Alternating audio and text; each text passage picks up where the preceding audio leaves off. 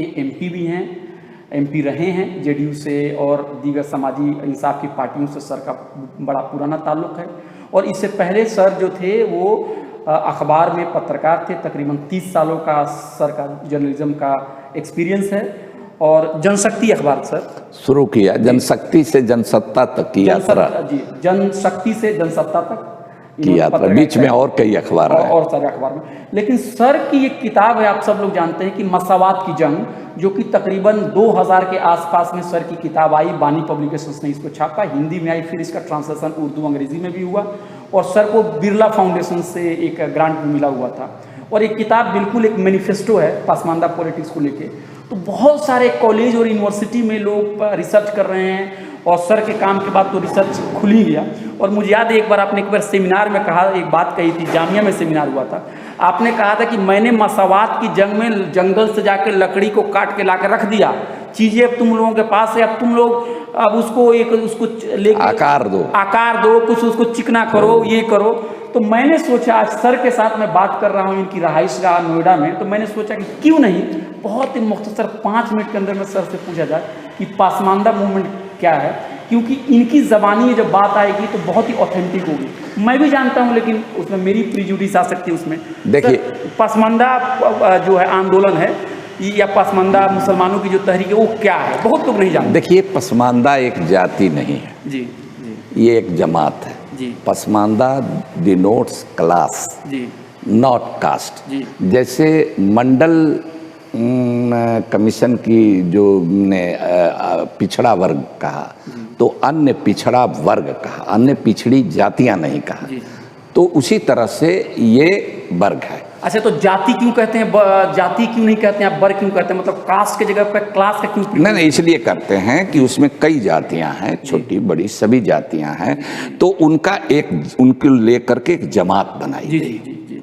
एक समूह। हाँ, क्योंकि इसी बुनियाद पर तो वो बांटते रहे हैं, जो अगले हैं वो बांटते रहे हैं हमको, तो हम पहले तो एकजुट होंगे। तो पहला पॉइंट है आपका कि पासमानदा आंदोलन जो है ये जातियों का आंदोलन नहीं है, एक जमात का आंदोलन, यानी क्लासेस का आंदोलन है। हाँ, एक क्लास बन गया है, एक क्लास बन गया, ये जमात बन गया है। जी, जी। जैसे अन्य पिछड़ा वर्ग है जी। और उसी तरह से ये पसमानदा, इसमें तो दलित भी आते हैं जी, इसमें शेड्यूल कास्ट, शेड्यूल ट्राइब सब आते हैं जी। और आपने अपनी किताब में कहा पासमानदा फारसी का वर्ड है कि पीछे रह गए वो लोग, धकेल दिए गए, पीछे कर दिया गया, कोई अपने मन से पीछे रहता है उसको हटा दिया गया रास्ते से। तो आपका डेफिनेशन हुआ कि ऐसी जातियां जिनका एक क्लास बना और उन लोगों को समाज ने पीछे धकेल दिया। हाँ। और धकेलने के बाद वो बैकवर्ड रह गए और उसमें शेड्यूल कास्ट भी शामिल है, मुसलमान भी शामिल है, शेड्यूल ट्राइब्स भी शामिल है। हाँ जी। हमारा ये कहना है कि एक पसमानदा में भी एक पसमानदा तर, हाँ, पसमानदा तर है। इसका मतलब कि जो दलित जिसको हम कहते हैं वो है, फारसी का वर्ड हुआ जिसका मतलब सुपरलेटिव डिग्री हो गया कि और मोस्ट बैकवर्ड। हाँ हाँ, मोस्ट बैकवर्ड भी नहीं जी, मोस्ट बैकवर्ड तो अभी एक परसेप्शन है, भले बिहार में सिर्फ इसका ये है और कुछ राज्यों में है, लेकिन हम पसमानदा तर्क के मतलब कि हम मांग करते हैं जो कि मुसलमानों में भंगी हैं, मुसलमानों में मुस्लिम धोबी हैं, नट हैं, बक्खों हैं, पवरिया है, भटियारा हैं, गधेड़ी हैं, झोजा हैं, इस तरह की जातियां हैं। तो उनको आदिवासी का, उनको शेड्यूल कास्ट का, और उसमें बहुत सारे लोगों को आदिवासी का दर्जा मिलना चाहिए। जैसे आपको दिल्ली के बगल में या दिल्ली के कई राज्यों में, उत्तर प्रदेश में, पश्चिमी उत्तर प्रदेश में, आपको मध्य प्रदेश में, राजस्थान में, हरियाणा में मेवाती मुसलमान हैं, हालांकि वो ओबीसी हैं, लेकिन वो मेव मीना एक समान हिंदू हो या मुसलमान, ये है वो मीना की तरह की जात है, उनका तो वो कबीला है, वो जात नहीं है। जो मीना समाज का काम करने का तरीका, जो मीना समाज का जो सोशल और इकोनॉमिक स्टेटस है, पाल गोत्र भी एक है, उनके सरदार भी एक होते हैं, उनको आप करें कि उनको ट्राइबल का स्टेटस मिलना चाहिए। ओबीसी में है लेकिन उनको ट्राइबल और पसमानदा तबकात में जो लोग नीचे की जाति हैं, जो दलितों के बराबर है, उनको एससी का मिलना चाहिए, एससी का मिलना चाहिए। और हम ये भी कहते हैं कि एससी, शेड्यूल कास्ट और शेड्यूल ट्राइब का वो परसेंटेज जो रिजर्वेशन मिलता है उसको बढ़ा करके इनको ले जाइए। अच्छा, ये नहीं कहते कि उसी में घुसा दीजिए, उसमें घुसाइए। मतलब 49 से 50% है, तो इन लोगों को एंट्री कराने के लिए उसको 55 या 60 या जो भी करना पड़े, जो आबादी है उनकी उसके हिसाब से आप करिए, उनको ले जाइए। जी जी, हम ये कहते हैं जी। और ये देखिए पसमानदा, हमको फक्र की बात है कि पसमानदा जो शब्द हमने चलाया जी, तो उस समय लोग कहते थे कि चलेगा नहीं, कुछ जानते नहीं है, कुछ दूसरा नाम होना चाहिए। हमने कहा कि जब नहीं चलेगा हमारा शब्द, हमारे अल्फाज नहीं चलेंगे, हमारे मुहावरे नहीं चलेंगे, तो हमारी जमात नहीं खड़ी होगी, हमारी सियासत नहीं खड़ी होगी, हमारी कोई अलग पहचान नहीं बनेगी। जी। तो ये अलग एक पहचान एक बनी है। कुछ लोग कह रहे हैं कि दलित मुसलमान ज्यादा पॉपुलर है, कुछ लोग कह रहे हैं कि मतलब पिछड़ा मुसलमान कहें तो अभी इसलिए हम कह रहे हैं पसमानदा, इसलिए कह रहे हैं कि अभी दलित उससे अलग हुआ नहीं है। जी, इसी के लिए हम अभी पसमानदा तर कह रहे हैं। जी, हम सबसे पहले मांग करने वाले हैं।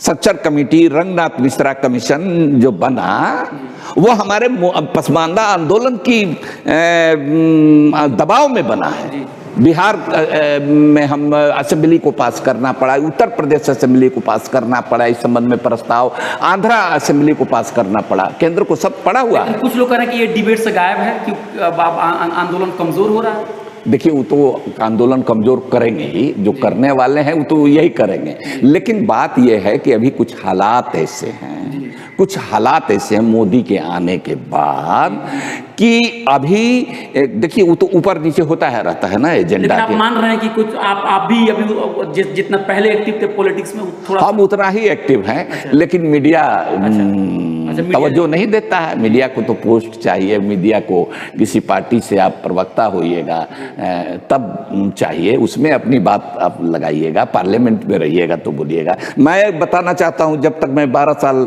ओवैसी साहब के साथ रहा हूं, लेकिन कभी ओवैसी साहब को ये प्रोमिनेंस नहीं मिला।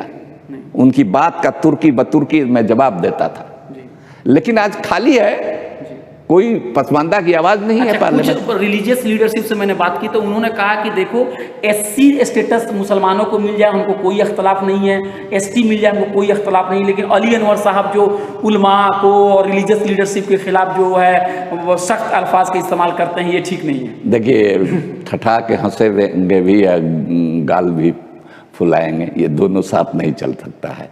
वो तो सब मुसलमानों को रिजर्वेशन की भी बात करते हैं और दलित की भी बात करते हैं, हमारे दबाव में वो करते हैं। पहले ये नहीं करते थे, विरोध करते थे।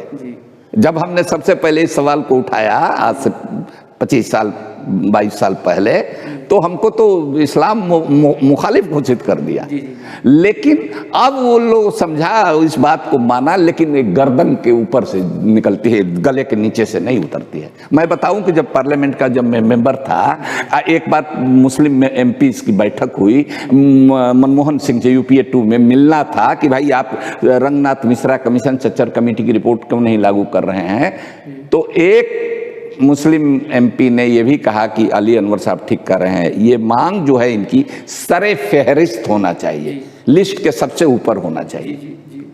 हम बड़े खुश हुए कि भाई मान गए। जब हम गए प्राइम मिनिस्टर से पार्लियामेंट के उनके चैम्बर के सामने एक राउंड टेबल है, उस पर हम लोग बैठ गए और मेमोरेंडम दस्तखत करने के लिए आया तो देखा कि इस पर तो वो मांग ही गायब है, कहीं नहीं है। तो मैंने आप कह रहे हैं कि जो टॉप एलिट लीडरशिप मुसलमानों के भी, उनको भी बहुत ज्यादा इससे कोई मतलब नहीं है। कहने के लिए है कि हम भी मानते हैं, जिस तरह से बीजेपी भी कह देती है कि रिजर्वेशन को हम मानते हैं, उसी तरह से उनका भी कहना है कि हम मानते हैं, लेकिन मानते नहीं है। जब मानते हैं तो मुस्लिम रिजर्वेशन की बात क्यों नहीं बंद करते हैं? दोनों कैसे होगा? अच्छा, पहला मतलब आप कह रहे हैं कि पहला मुस्लिम रिजर्वेशन की बात बंद करो, बंद करो। रिलीजन बेस्ड रिजर्वेशन नहीं होगा। नहीं। रिजर्वेशन का 2 ही कैटेगरी है, सोशली और एजुकेशनली। तो सोशली और एजुकेशनली में हाँ। जो मुसलमान आते हैं उनको मिल जाए, उसमें कोई दिक्कत नहीं। बिल्कुल जी, वही हम कह रहे हैं। लेकिन कुछ लोग कह रहे हैं कि सारे मुसलमान बैकवर्ड हैं और मजहब के बुनियाद पर भी उनके साथ भेदभाव किया जाता है। ट्रेन में जाएंगे तो कोई ये नहीं देखेगा कि अली अनवर साहब, वो अलग चीज है, वो अलग चीज है। सरकारी नौकरी में और सामाजिक भेदभाव अलग चीज है। अभी चूंकि देखिए, अभी चूंकि बीजेपी का जो खौफ है खास करके मुसलमानों में, उसके चलते ये सवाल आपको लगेगा कि थोड़ा दबा हुआ है, समझ रहे हैं ना? तो क्योंकि देख लीजिए कि जब बाहरी कोई आक्रमण होता है, जब एग्जिस्टेंस पर अंदरूनी सवाल दब जाता थोड़ा दबता जी, है। बिल्कुल। दूसरी चीज ये है कि अभी बड़ा सवाल संविधान को बचाने का है, अभी बड़ा सवाल इस देश की जमहूरियत को बचाने का है। आज हालत ये है कि सेकुलर पार्टियां भी सेकुलरिज्म का नाम लेने में डरती और हैं, मुसलमान का भी नाम नहीं लेती, मुसलमान का भी नाम नहीं लेती। कोई कहता है कि तुम बीजेपी के खिलाफ अगर तुम्हारा कैंडिडेट है तो लोग ऐसा ही वोट देते हैं। हाँ, टेकन फॉर ग्रांटेड कहते हैं इसको।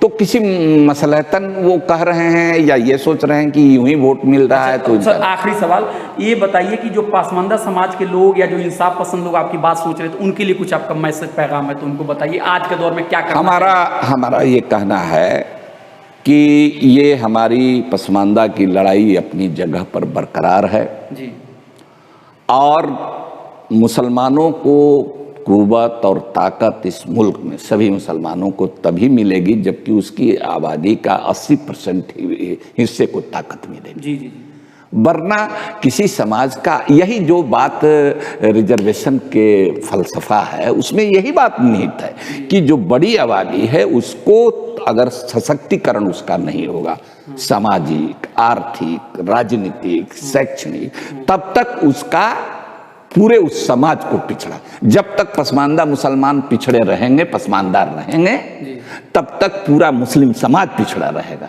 जब तक वो उनको नहीं शामिल किया जाएगा मुख्य धारा में, जब तक पार्लियामेंट असेंबली में उनका रिप्रेजेंटेशन उनकी आबादी के हिसाब से नहीं बढ़ेगा, तब तक मुसलमान समाज भी आगे नहीं बढ़ेगा। उसी तरह से हिंदू समाज का पिछड़ा तबका, दलित तबका, जब तक उनका हुकूमत नहीं आएगी उनकी पसमानदा मुसलमानों के साथ मिल करके, तब तक 15% लोग राज करते रहे। ठीक है सर, थैंक यू सर।